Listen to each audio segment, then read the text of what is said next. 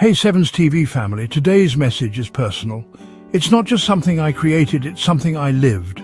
My name is Evans, and what I'm sharing with you today comes straight from my heart. I wrote this piece nearly 5 years ago, during a time in my life when I felt completely drained from giving so much and receiving so little or nothing in return. I'm not reading you a script, I'm letting you straight into a piece of my life. This sat in silence inside me for years. But today, I finally feel ready to share it with you. This is my testimony and my message of encouragement to every giver out there. If you're someone who pours into others and often feels forgotten in return, you're not alone. This piece is for you. Maybe you know exactly what I mean. Let's be real. Being a giver is basically a full-time job. With no paycheck, no paid vacation, and definitely no employee of the month parking spot. You show up, even when you're tired. You check on people. Sometimes people who don't even realize their phone can dial out. And when you finally need someone to lean on, you're met with silence.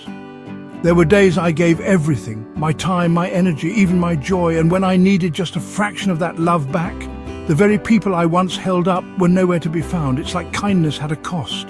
And somehow I was the only one paying. But listen, Galatians 6:9 says, "Let us not grow weary in doing good, for at the proper time we will reap a harvest if we do not give up." And honestly, I almost did. I almost gave up on being the nice one.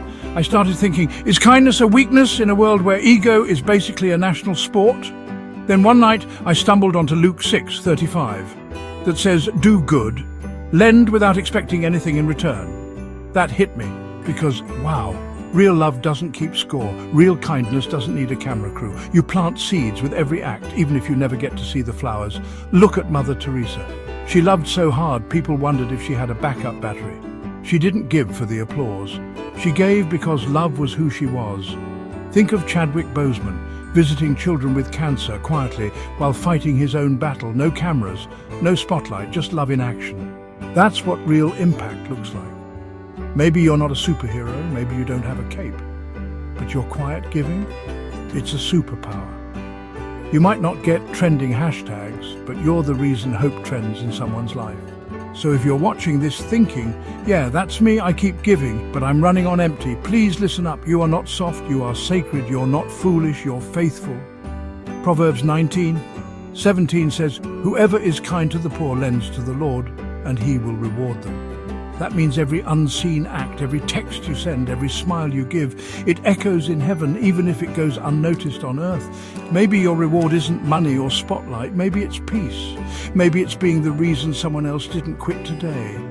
Maybe it's knowing your heart still beats soft, even after all it's been through. So don't stop being you. Don't let the world harden what God made soft on purpose.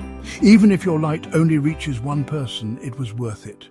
Because one light can spark a chain reaction of hope. This is Cevans TV, inspiring you daily. Keep shining, keep giving, keep being the reason someone believes in good again. And if you've ever been lifted by someone else's kindness, pass it on. Be the blessing you once needed. God sees your heart, your struggle, and your strength. Trust him, stay kind and walk boldly. Your testimony is being written, like, share, and hey, be kind on purpose. Bless you.